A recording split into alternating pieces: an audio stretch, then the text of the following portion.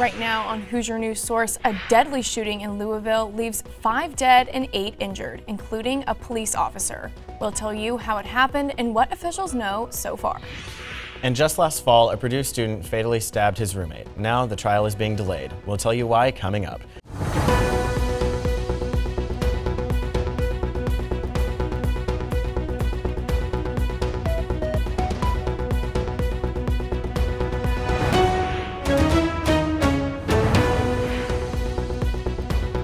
Hello and welcome to Hoosier News Source. I'm Carly Flanagan. And I'm Carson Johnson. A shooting at a Louisville bank left 5 dead and 8 people injured. 25-year-old employee Connor Sturgeon opened fire in the Old National Bank at 8:30 a.m. on Monday. Officers got to the bank within 3 minutes of being dispatched and found the shooter still firing. The Louisville Metro Police deputy chief got into a shootout with the gunman and killed him. 3 of the injured remain in critical condition. Police arrested a Bloomington man charged with child solicitation after he tried to meet up with who he thought was a teen girl. An undercover officer pretending to be a 15-year-old girl began a conversation with 40-year-old Nathan Clark on an app called Whisper. His text quickly veered into talking about sex, and Clark set up a meet with the decoy for April 4th at a restaurant on South Walnut Street. Police arrested him upon arrival, where they found a 2-year-old in the back seat of his car along with a handgun. Last fall, a Purdue student fatally stabbed his roommate, 20-year-old Varun Manish-Chedda.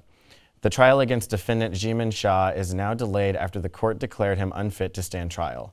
The order, written by Tippecanoe Circuit Court Judge Sean Person, said that Shah reported hallucinations and symptoms of psychosis while in jail. Doctors now have 90 days to determine whether or not Shah will ever be competent enough for a future trial. Across campus, you may have spotted some heart-shaped teal signs. The IU Office for Sexual Violence Prevention and Victim Advocacy put them up for the month of April. This month marks Sexual Assault Awareness Month. The signs fit into 3 categories: education, inspiration, and resources. The Office for Sexual Violence Prevention and Victim Advocacy hopes students feel supported through their initiative. We're hoping that it starts conversations.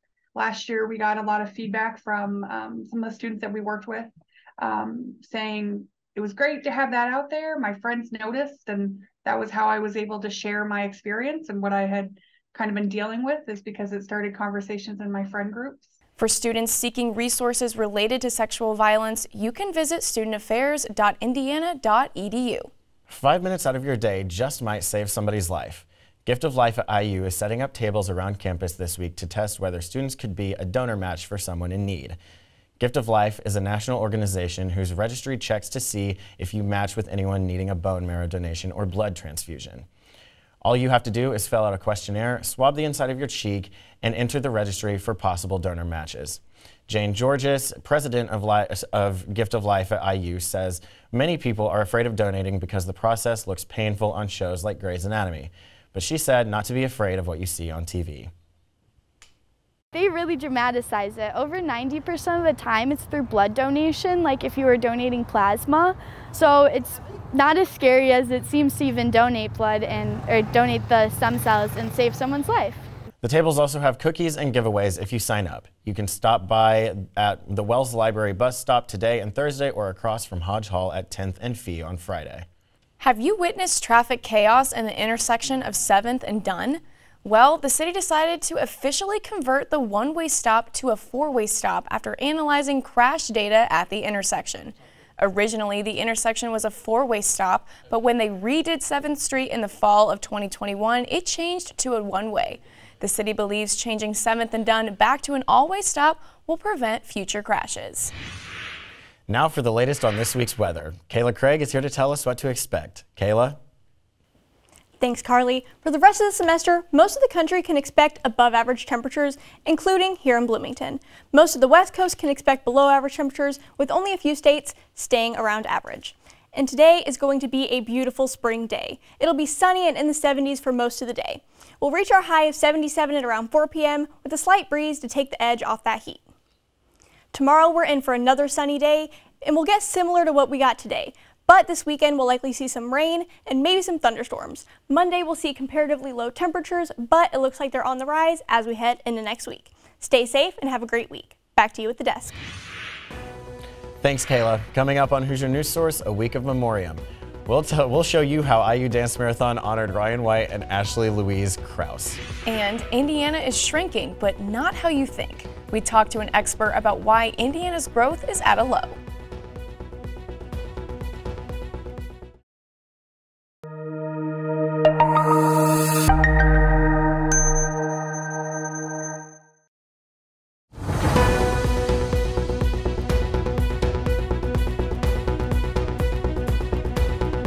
Welcome back to Hoosier News Source. Shelby Brown joins us in studio with the latest on international news. Shelby? Thanks, guys. On Monday, thousands of Israelis started marching in the West Bank towards an illegal settlement called Evyatar, demanding for it to be opened back up.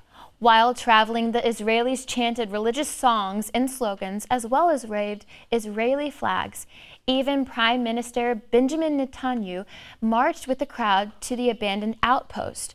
The Israeli people say they feel the current government is more sympathetic to their demands, and they are now asking to have more settlements in this area. This past Monday, Ukraine and Russia agreed on the decision to exchange prisoners, freeing over 200 people. In a unanimous decision, Ukraine freed 106 Russian prisoners in exchange for 100 Ukrainian prisoners. The command of Ukraine's ground forces believes that the Russian troops are now practicing scorched earth tactics by destroying buildings, artillery, and more. The prisoner exchange, however, is one of the few occasions where Ukraine and Russia share an area of cooperation. Sunday night, the Italian Coast Guard rescued over 1,200 migrants adrift on boats in the Mediterranean Sea. Several vessels set out to rescue the boats. One had around 400 people aboard, and another boat had an estimated 800 people on board. The boat with 400 aboard departed from Tobruk, Libya, during the night, but ran out of fuel and began taking on water from the swells. By the time they found the migrants' boat, many on board required medical attention. And that's what's going on around the world. Guys, back to you. Indiana University's Environmental Resilience Institute and Center for Rural Engagement are joining together to help communities find federal grants for climate projects. New federal legislation has made billions of dollars available for these climate projects. Indiana Resilience Funding Hub will help communities in the state with fewer than 50,000 residents pursue federal funds for climate, energy, and resilience projects. The hub will help communities with technical assistance and environmental expertise specific to Indiana to prepare and submit the competitive grant applications. For more information on the hub and instructions on how to submit an interest form, visit news.iu.edu. The IU Office of the Provost announced David Delecki will become the Dean of the Graduate School for IU Bloomington. Delecki previously served as Vice Provost for Graduate Education and Health Sciences. The position is new and comes in the midst of a split between the IU Bloomington and IUPUI graduate schools. Indiana University Dance Marathon held their annual Ryan and Ashley Week last week. While this week is full of events like Thursday's concert in Dunn Meadow, the annual celebration is truly meant to memorialize Ryan White and Ashley Louise Krause. Ryan was diagnosed with AIDS at 13 after receiving a blood transfusion. Despite his passing in 1990, he fought for his and others' right to attend school with AIDS. IUDM was founded in his memory in 1991. Ashley served on the IUDM Executive Council from 2004 to 2005. In April of 2005, Ashley was tragically killed in a car accident on the way home from an Exec Council meeting. Now, a week in April means more to members of IUDM. So we kind of just take this week to honor both of their lives and continue to live on their legacy way beyond their years. For more information, you can visit at IU Dance Marathon on Instagram. A study by the Indiana Business Research Center at the Kelley School of Business found that Indiana had the smallest annual population growth in nearly a decade. According to the latest population estimates from the U.S. Census Bureau, Indiana added 19,505 residents in 2022 to reach a total population of 6.83 million. This was the smallest annual increase the state has seen since 2015. It was only the second time in 35 years that Indiana has added less than 20,000 residents in a year.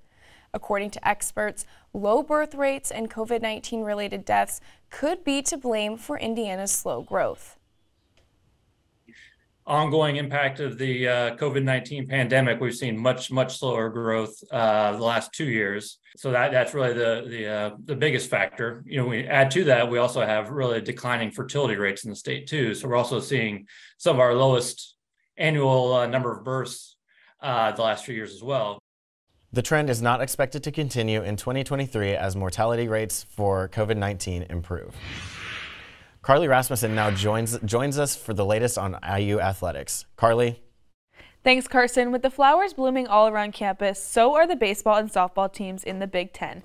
Indiana baseball hosted Iowa in a 3-game series this past weekend. After dropping the first game 7-1, IU stormed back into Game 2.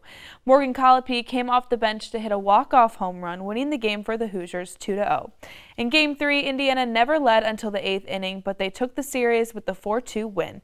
The Hoosiers now sit in first place in the conference. From one side of the diamond to the other, the historic streak for the softball team ended against Minnesota. They ended up dropping the weekend series 1-2. However, freshman Taryn Kern broke the single-season program record for home runs, where she also leads the country. Kern and the Hoosiers seek to get back to winning ways tonight against Notre Dame. Back to the hardwood, the Indiana men's basketball team landed top transfer portal prospect Khalil Ware. Ware hopes to fill Trace Jackson Davis's shoes this upcoming season. And lastly, former Indiana women's basketball star Grace Berger will stay in the Hoosier State as she was drafted to the Indiana Fever. Berger becomes the highest WNBA draft pick in program history. Now you're all up to date for everything in IU athletics. Back to you at the desk. Thanks, Carly, and thank you for watching this week's episode of Hoosier News Source. Be sure to follow us on Instagram and Twitter at IUSTV News. I'm Carson Johnson. And I'm Carly Flanagan. From Bloomington, Indiana, we'll see you next time.